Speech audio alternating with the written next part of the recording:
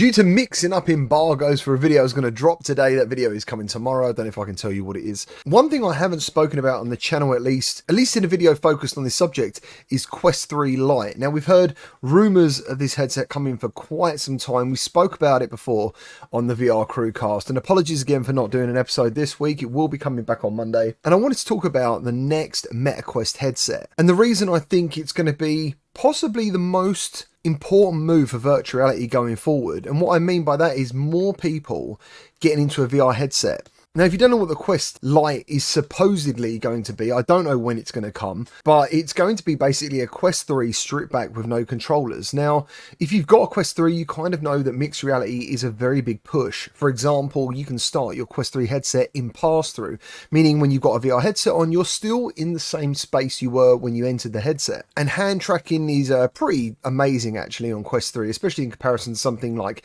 the Apple Vision Pro. But one thing the Apple Vision Pro does have over Quest is occlusion, and that means when you're in mixed reality and your arms are in front of you, they basically stay in front of you. If there was a virtual screen in front of you on Quest at the moment, the headset wouldn't know your hand in relevance to that screen. It would just always be behind it. So with occlusion, it would mean that it would know where your hand is meant to be in that space. So when I did try the Apple Vision Pro and I was sitting in one of the Star Wars environments, I felt like I could literally grab the speeder that I was sitting in. So that's something that is coming to Quest in the future. I heard that from Boz himself when I went to Connect. Now, the reason the Quest 3 Lite is of, I think, high importance is because mixed reality is the bigger gateway to VR than virtual reality is. And I'm sure you guys will chime in on this in the comments, because when you go into virtual reality now, you are cut off from the world. You are entirely encased in either a dark scenario or whatever scenario it be. It's a virtual environment.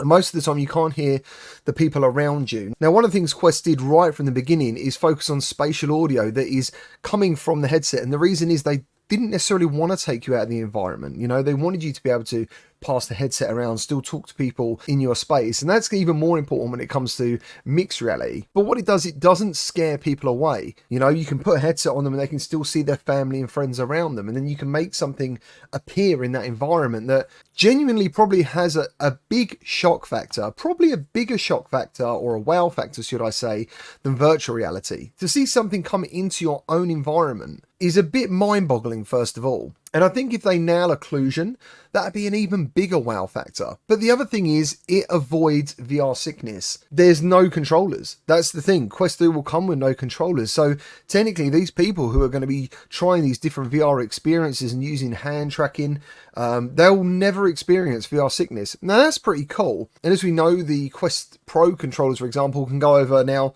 technically 3 different versions of headsets. It's Quest Pro, Quest 3, Quest 2. So you can go out and buy controllers for the Quest 3 anytime you feel like dipping yourself into virtual reality. But what I'm trying to say is, if they get the price point low enough, and I've heard that it's roughly around $399, $299, if you can come in at that price point, I think that's a big win. I think this headset's going to do a lot for VR going forward. And I think if Quest 3 Lite comes out, when I think it's going to come out around the Christmas period or before, it's going to really bring a lot of new people into virtual reality, because the first thing everyone does is, as soon as you get a new bit of tech, you work out what you can do with it. What else can I do with this bit of tech that I've invested in?